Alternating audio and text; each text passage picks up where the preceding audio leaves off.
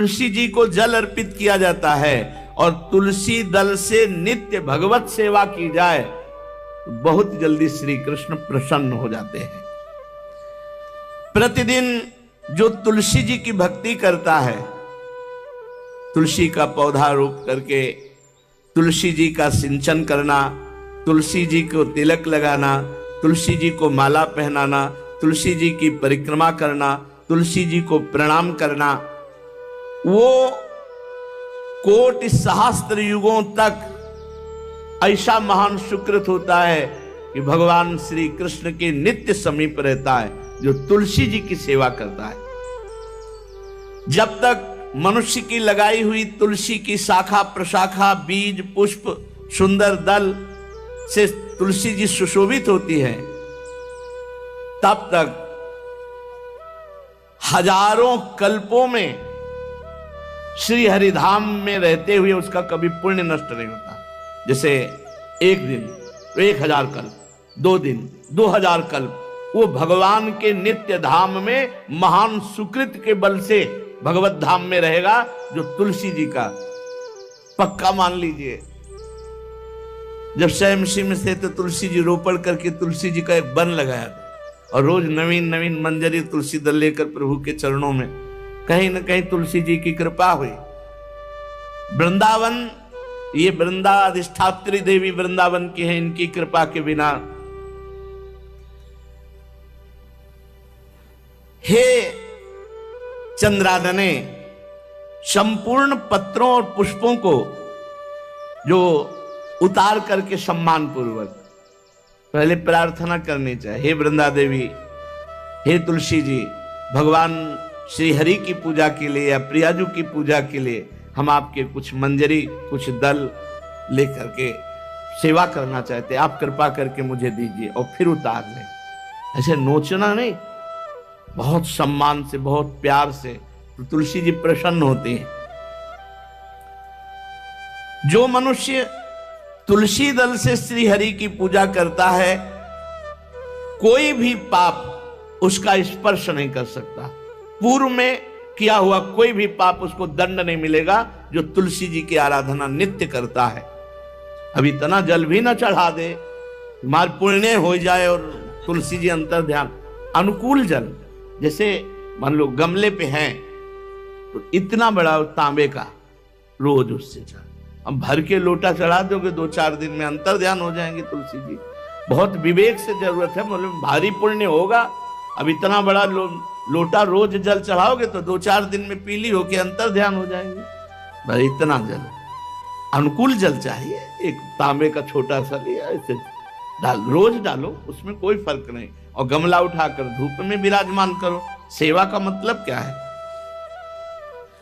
जो तुलसी जी को जल अर्पित करके तुलसी जी की सेवा करता है, हरि चिंतन करता, कभी कोई पाप उसका स्पर्श नहीं कर सकता।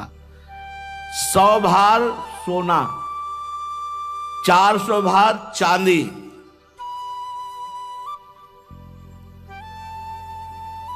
का जो दान करने का फल होता है, वो एक तुलसी दल उतार, जो अपने द्वारा लगाई हुई तुलसी दल, वो हरि के चरणों में अर्पित हो। ये 100 भार सोना और चांदी बराबरी नहीं हो सकती। कितना महत्व है। जो रोज तुलसी दल चयन कर, द्वादशी को ना चयन करे, द्वादशी को मतलब बहुत बड़ा अपराध लगता है तुलसी दल का, इस मतलब तुलसी के वृक्ष का भी स्पर्श न करे। प्रणाम नमस्कार दूर से, एक भी दल नहीं टूटना चाहिए।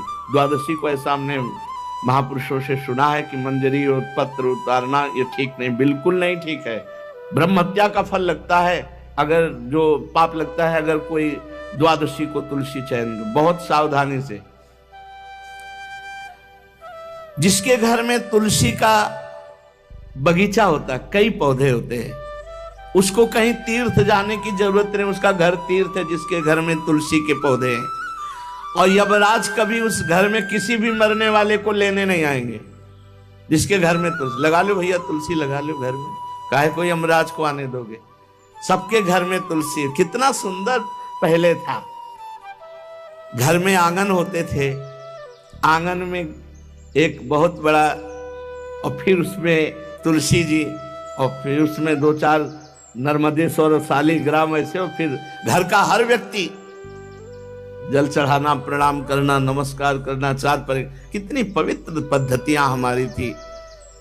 जब रसोई बने पहली गाय के लिए, फिर कुछ पक्षियों के लिए, फिर कोई संत महात्मा, कोई भिक्षु, ऐसा कितना पवित्र व्यवहार। अभी यहाँ जैसे हमने देखा है, ये रसोई बन रही ना तो धुआं नहीं खत्म होने पाता, वो ही सब अपवित्र किए हुए हैं, राक्षसी बुद्धि आती चली जा रही।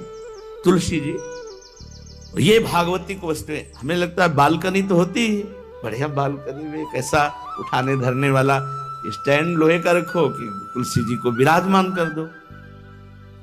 जिसके घर में तुलसी जी विराजमान होती, उसके घर में यमराज कभी नहीं जाते। जो तुलसी जी का सेवन करता है उसकी सारी कामनाएं तुलसी जी पूर्ण कर देती है। तुलसी जी को लगाना, तुलसी जी का पालन करना, तुलसी जी को सिंचन करना, तुलसी जी का दर्शन करना, तुलसी जी का स्पर्श करना, मनुष्य के द्वारा जो मन, वाणी और शरीर से पाप हो गए सबको तुलसी महारानी क्षमा कर देती है, दग्ध कर देती है। पुष्कर आदि तीर्थ, गंगा आदि परम पावन नदियां, ये सब जो स्नान आदि, अवगाहन आदि करने का फल देते हैं, वो केवल तुलसी जी घर में विराजमान है, उसको फल मिल जाएगा। कितने बढ़िया। जो तुलसी जी की नवीन मंजरी प्रभु के चरणों में अर्पित करके प्रणाम करता है, वो चाहे कितना भी अपराध किए हो, वो कभी यमपुरी को नहीं देखेगा, कभी यमराज के पास नहीं जाएगा। जो मनुष्य तुलसी काष्ठ का घिसा हुआ चंदन लगाता है, उसके सारे संचित भस्म हो जाते हैं, और क्रियमाण जो वर्तमान, वो कभी उसको बांध नहीं सकते। तुलसी जी का काष्ठ का घिसा हुआ चंदन,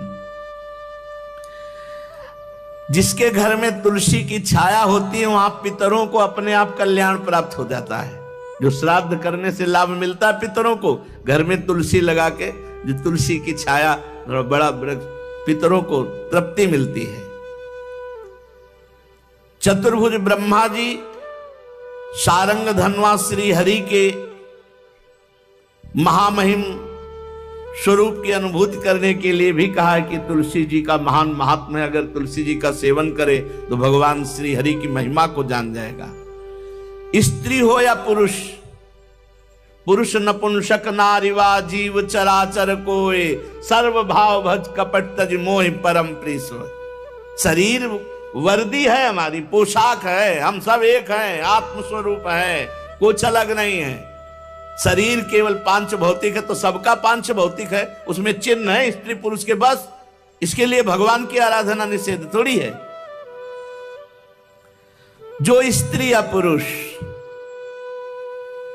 श्री तुलसी जी के काष्ठ के मन के बना के, जैसे छोटी कंठी या बड़ी माला धारण करता है, श्री कृष्ण उसके बस में हो जाते हैं। यह है तुलसी जी की महिमा। परम सुहाग श्री कृष्ण मिल जाते हैं, और कौन सी हमें उपलब्धि चाहिए। हे गोप नंदिनी, तुलसी जी का सेवन करने से श्री कृष्ण वश में हो जाते हैं। जो तुलसी की माला से नाम जप करता है, काउंटर वाली बात तो स्मृति के लिए भाई है, हम निषेध नहीं करते, नहीं बहुतों के भजन बंद हो जाएंगे, पर हम इतनी महिमा जरूर बता देते हैं कि तुलसी माला से जो नाम जप किया जाता है उससे आध्यात्मिक सिद्धि बहुत जल्दी होती है।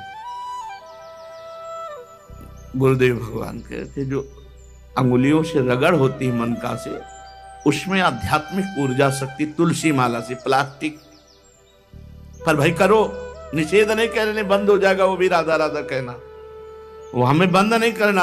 हम कह रहे तुम जैसे बने वैसे करो, लेकिन माला का बहुत बड़ा प्रभाव है। तुलसी परम पवित्र भगवान श्री हरि की प्रिया, और उनके काष्ठ को जब हम ऐसे ऐसे नाम के साथ, विशेष ऊर्जा शक्ति, आध्यात्मिक शक्ति हमें जागृत होती है।